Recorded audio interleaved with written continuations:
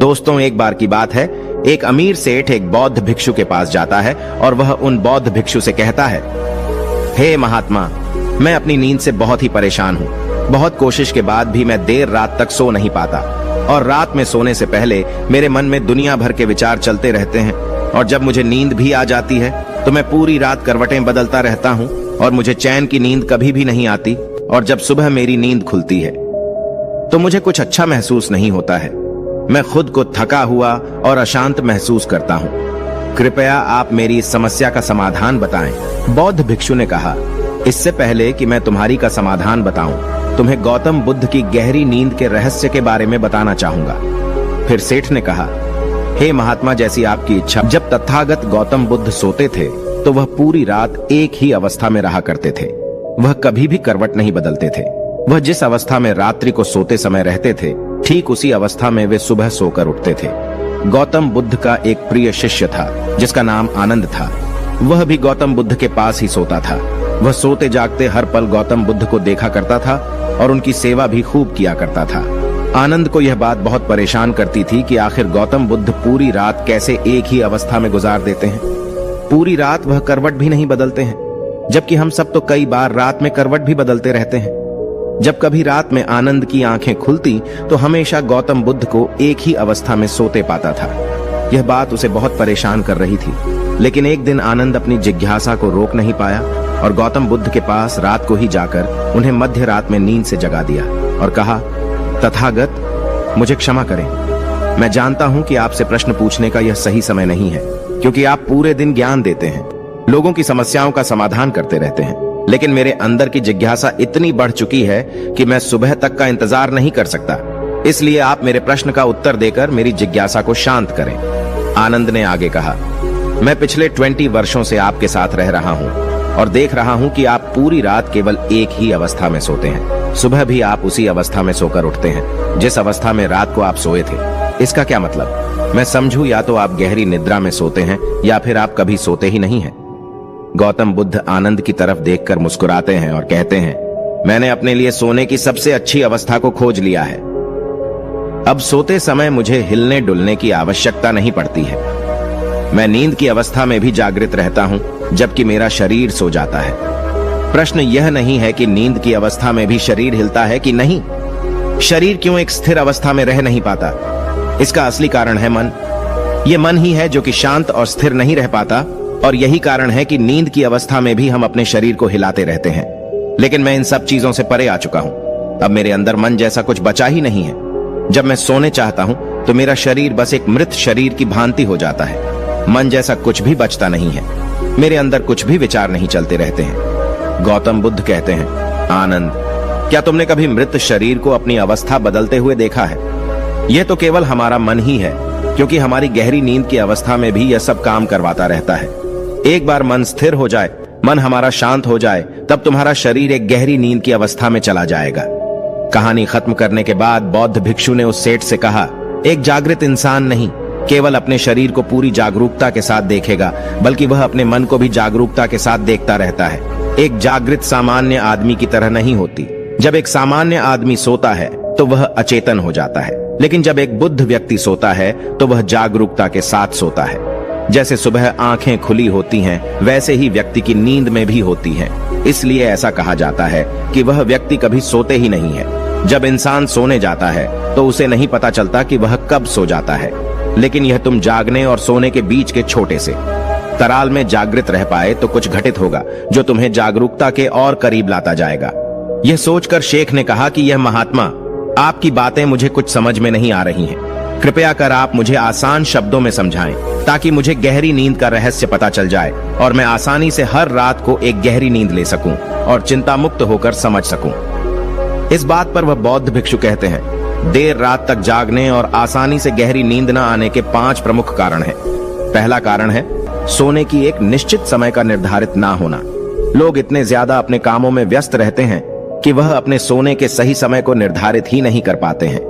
जब मन में आया सो लिए और जब मन में आया जब लिए, इस वजह से उनको गहरी नींद प्राप्त नहीं हो पाती है। आजकल तो लोगों की जिंदगी इतनी ज्यादा व्यस्त हो गई है कि वे ऑफिस का काम देर रात तक करते रहते हैं। अपने सोने का समय निर्धारित ही नहीं कर पाते, जिससे उनका सोने का क्रम बिगड़ जाता है और फिर उन्हें गहरी नींद भी नहीं आती है। फिर वह बहुत नीचे सेठ से कहते हैं, इसलिए जब तुम सोने जाओ तो सबसे पहले खुद को खाली कर लो, खुद के मन को खाली कर लो। अपना एक समय निर्धारित करो, उस समय तुम कोई भी कार्य मत करो और अपना सोने का समय निर्धारित करो ताकि तुम्हें समय समय पर नींद आ जाए। बौद्ध भिक्षु ने कहा, गहरी नींद न आने का दूसरा कारण है चिंता में सो जाना। कुछ लोग जब सोने चाहते हैं तो दिन भर की परेशानियां, दिन भर की बातें वे सोचने लग जाते हैं। इस प्रकार वह अपने दिमाग को शांत नहीं कर पाते हैं, चिंता में ही सो जाते हैं और जब सुबह जागते हैं तो उसी मुद्रा में ही जागते हैं और फिर सुबह उन्हें बहुत ही थकावट का अनुभव होता है। उनका सर भारी भारी सा रहता है। इसका मुख्य कारण यह है कि वह गहरी निद्रा में सो ही नहीं पाते, जिसकी वजह से उनकी थकान भी नहीं दूर हो पाती। इसलिए जब तुम सोने जाओ तो बिल्कुल चिंता मुक्त होकर जाओ। भूल जाओ कि तुम्हारे साथ क्या हुआ था, क्या नहीं हुआ था। अपने मन को बिल्कुल खाली कर लो, कुछ भी फालतू के विचार ना लाओ अपने दिमाग में। कहने का मतलब यह है तुम शांत हो जाओ, कुछ भी इधर उधर का मत सोचो। अपने बारे में उस समय अच्छा सोचो, अच्छा महसूस करो। अगर तुम सोते समय अच्छा महसूस कर रहे हो तो तुम्हें गहरी नींद आ जाएगी और जब सुबह तुम सोकर उठोगे तो तुम बहुत तरोताजा महसूस करोगे। इसलिए तुम जब भी सोने जाओ बिल्कुल चिंता मुक्त होकर जाओ।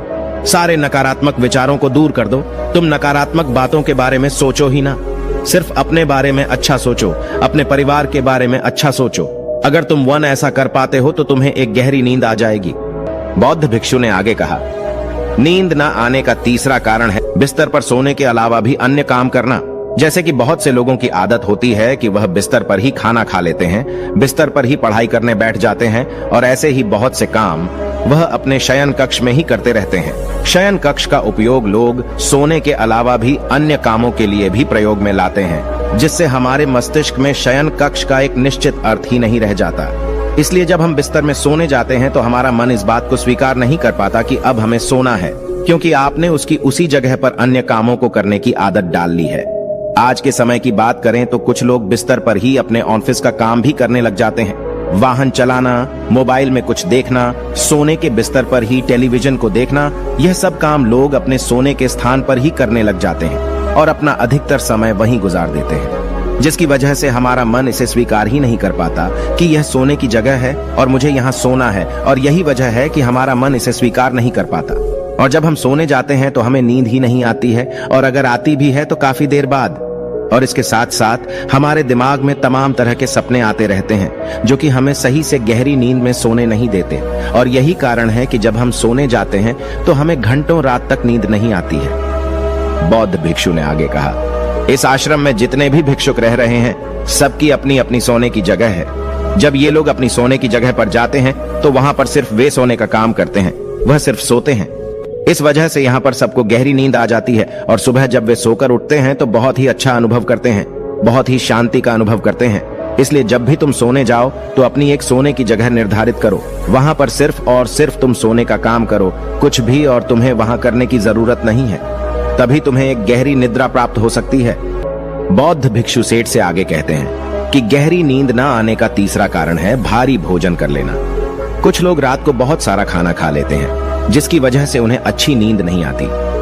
लोग समझते हैं कि शाम को भारी खाना खाना चाहिए, पर बिल्कुल ऐसा नहीं है। शाम के खाने को तुम हल्का करो ताकि खाना पचने में कोई दिक्कत ना हो। बौद्ध भिक्षुओं ने आगे कहा, अगर तुम शाम को हल्का भोजन लेते हो तो उसका पाचन बहुत ही अच्छे तरीके से होगा और तुम्हें एक अच्छी नींद की प्राप्ति होगी। भारी खाना खाने से पाचन अच्छा नहीं हो पाता है, जिसकी वजह से तुम रात को करवट बदलते रहते हो। पेट में गैस बनती रहती है जो तुम्हें रात को सही से सोने नहीं देगी। इसलिए जब भी तुम सोने जाओ रात के खाने को हल्का करो ताकि तुम्हें अच्छी नींद की प्राप्ति हो जाए। बौद्ध भिक्षु उस सेठ से कहते हैं कि नींद न आने का चौथा कारण है बहुत ज्यादा नकारात्मक बातें विचार करना। दोस्तों, जिंदगी मिली है तो दुखों का आना तो तय है। बौद्ध भिक्षु सेठ से कहते हैं, आज दुख तुम्हारी जिंदगी में है तो कल किसी और की जिंदगी में होगा। ये सुख और दुख तो जिंदगी में आते जाते रहते हैं, इससे तुम्हें लड़ना है और उसे हराना भी है। इसलिए दुख और सुख को तुम स्वीकार करो। नकारात्मक विचारों से दूर रहो। नकारात्मक विचारों के साथ साथ नकारात्मक लोगों से भी दूर रहो, क्योंकि नकारात्मक लोग तुम्हें कभी शांति से नहीं रहने देंगे, वह तुम्हें हमेशा परेशान करते रहेंगे। इसलिए ज्यादा बेहतर होगा कि तुम उन लोगों से दूर रहो। दिखावे के लिए खुद को मत बदलो। अक्सर लोग दिखावे के लिए ही पूरे दिन परेशान रहते हैं। दिखावे से कुछ नहीं होने वाला है, वह सिर्फ और सिर्फ आपको अशांति ही देगा।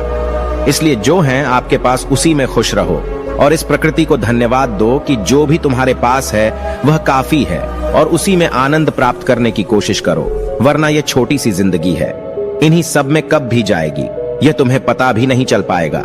सुख और शांति की खोज में भटकते भटकते तुम्हारा पूरा जीवन निकल जाएगा।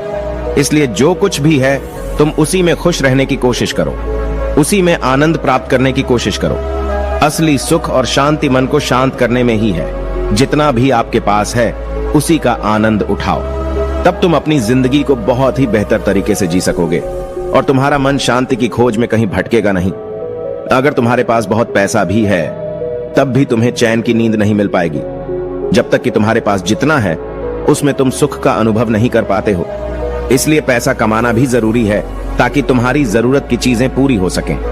लेकिन अगर तुम जरूरत से ज्यादा पाने की कोशिश करोगे तो इस कोशिश में पूरी जिंदगी निकल जाएगी, लेकिन कभी भी तुम्हें शांति नहीं मिल पाएगी। नींद ना आने का 5वां कारण है चारों तरफ का अशांत माहौल। बुद्ध ने तो शेर से कहा, जहां पर तुम सोने जाते हो चारों तरफ का माहौल शांत रखो। इसके लिए तुम अपने कमरे में एक दीपक जला सकते हो। दीपक के जलने से तुम्हें एक शांत माहौल मिलेगा।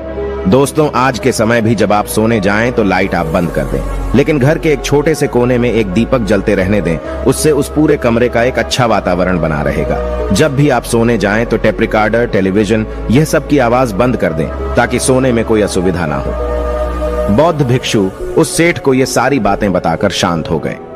सेठ को भी बौद्ध भिक्षु से जो कुछ खास सीखने को मिला था, आज तक उसे कहीं भी यह सब नहीं सीखा था।